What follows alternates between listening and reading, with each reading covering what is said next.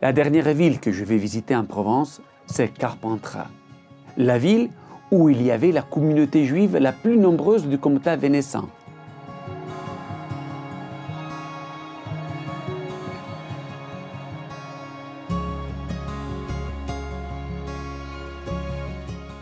Ça fait longtemps que beaucoup de copains me disaient « Allez, tu dois aller à Carpentras, c'est pas possible. Tu dois aller à connaître cette communauté, cette vie et surtout la synagogue, que c'est un vrai chef d'œuvre. » Voilà, j'y suis.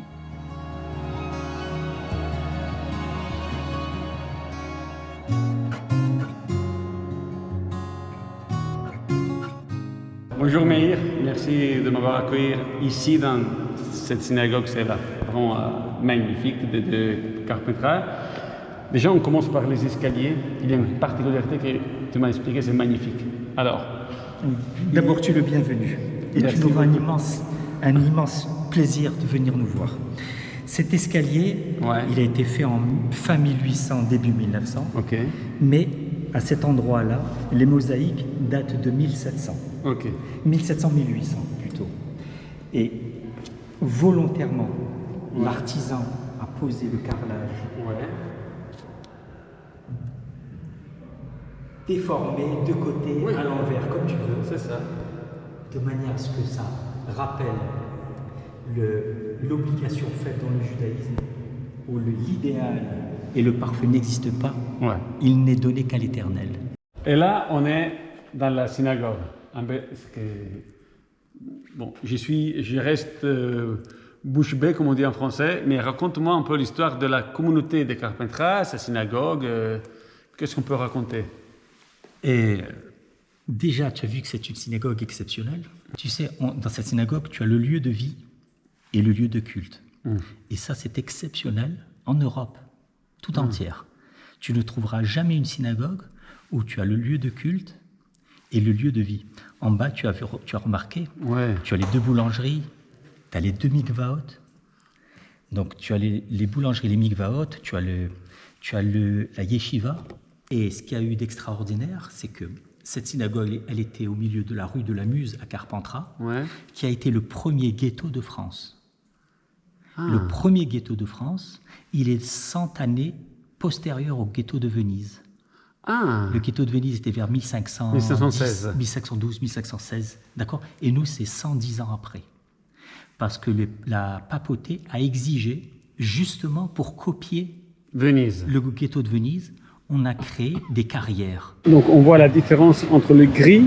Exactement, le carrelage gris. Le carrelage gris et le carrelage clair. Parce que le carrelage gris, on voulu le remettre parce qu'il représentait la limite de ghetto. Exactement. C'était pour matérialiser la rue des Juifs.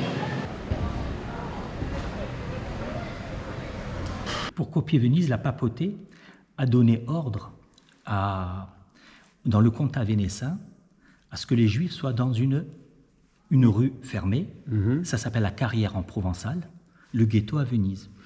Parce que tu as la particularité des Juifs du comtat vénécin, c'est que la papauté a eu ses terres offertes par les rois de France en l'an 1200 et des poussières. Et le comtat vénécin, avec le pouvoir de la papauté, a duré plus de 5 siècles. Énorme. Donc, quand tu as eu les Juifs qui ont quitté, après l'expulsion de Philippe le Bel, ils ont été expulsés. Beaucoup sont venus dans le comtat vénécin. Avignon, Carpentras, Lys-sur-la-Sorgue et Cavaillon. Les 4 villes. Alors les 4 villes qui étaient jumelées avec les 4 villes saintes. Jérusalem, Sfad, Évron et la 4e. Ça va me revenir. Nous, on est jumelés avec Sfad. L'architecture de cette synagogue, c'est un peu... Il y a un mélange d'un peu de tout. Tu as devant le Héral, que je vais te montrer tout à l'heure, devant le Héral, tu as tout ce qui est en trompe-l'œil. On pense que c'est du marbre et c'est du bois. Non. Incroyable. Par contre, tu feras bien attention, les tables de la loi, les 10 commandements sont gravés dans le marbre. Ça, c'est du marbre noir. Mais tu vois ça, c'est du bois. C'est du bois. Et tu Non. as vu comme ça a été Ah oui, magnifiquement. oui. Alors, tu as le style rococo.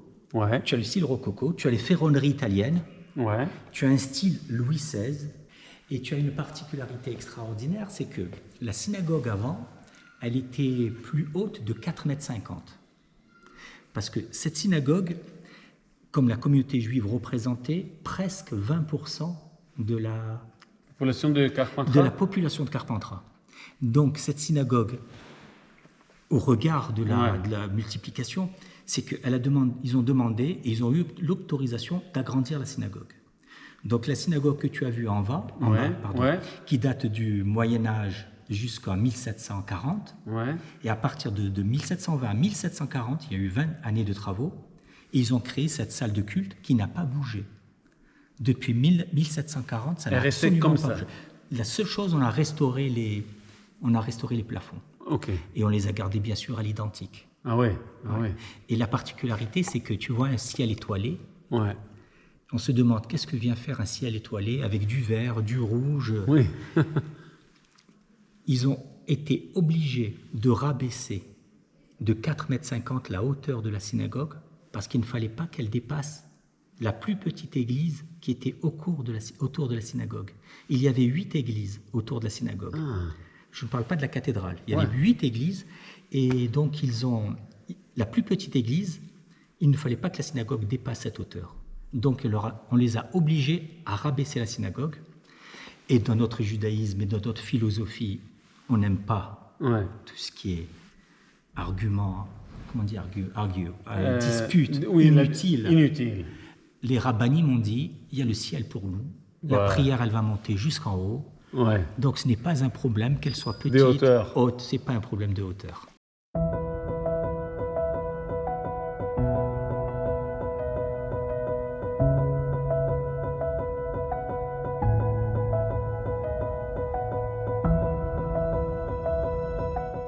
Un travail très minutieux, d'une beauté unique.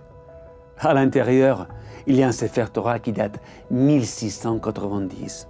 Et en tout, il y en a 28 qui datent du 1690 au 1950. Il y a aussi d'autres objets très précieux.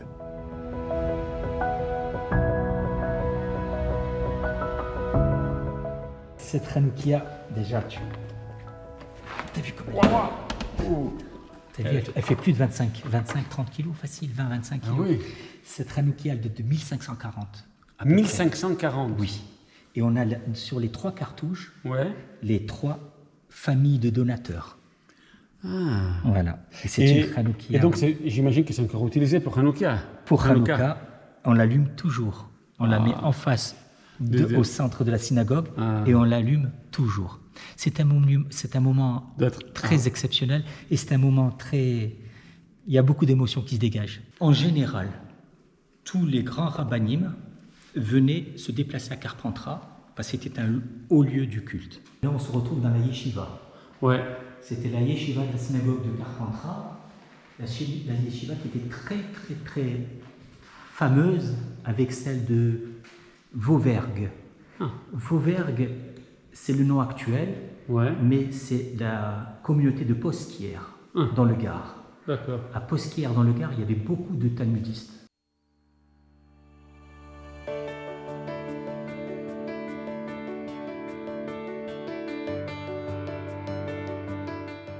Visiter cette synagogue me donne l'impression de visiter un quartier juif entier. Une maison, une boulangerie. Je suis plongé complètement dans la vie juive dans un seul lieu. Il y a même les portes originales de la première synagogue. La poutre originale de 1600 brûlée quand il y a eu l'incendie dans le ghetto. Le poutre date de l'origine de la synagogue. On trouve aussi la salle des études, le mikvé. Ici, il ne manque rien.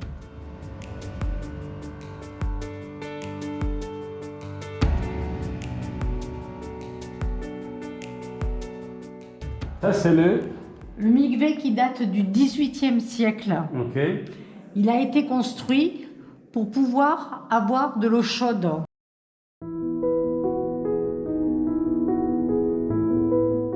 un vrai labyrinthe. On se perd dans les chambres. Une ville et une vie souterraine. Et je laisse le passé derrière moi. Je remonte l'escalier pour savoir comment vivent les Juifs aujourd'hui à Carpentras.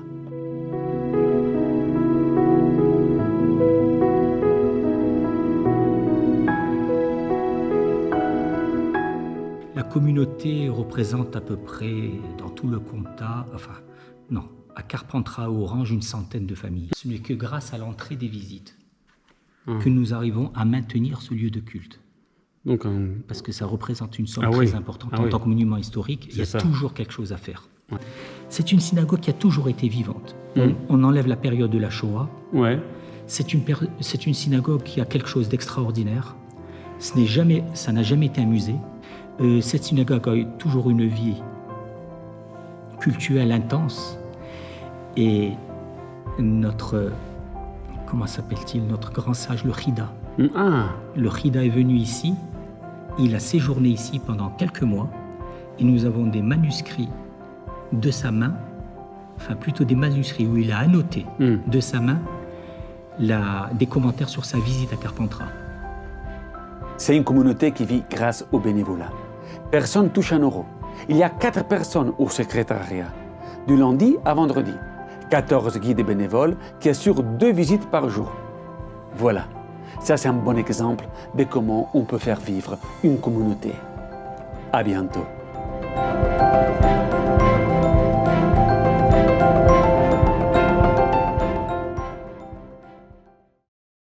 Alors, on part de Carpentras. Alors, pas obligatoirement que Carpentras. Donc, on commence. Oui, parce que ça marche pour. Meir. Non, prénom. Meir. Ah, Meir. Qu'est-ce qu'on dit alors là Alors, on va s'approcher déjà du panneau. On va se répartir un peu le travail avec Émilie. Et donc, je ne te... non, lâche.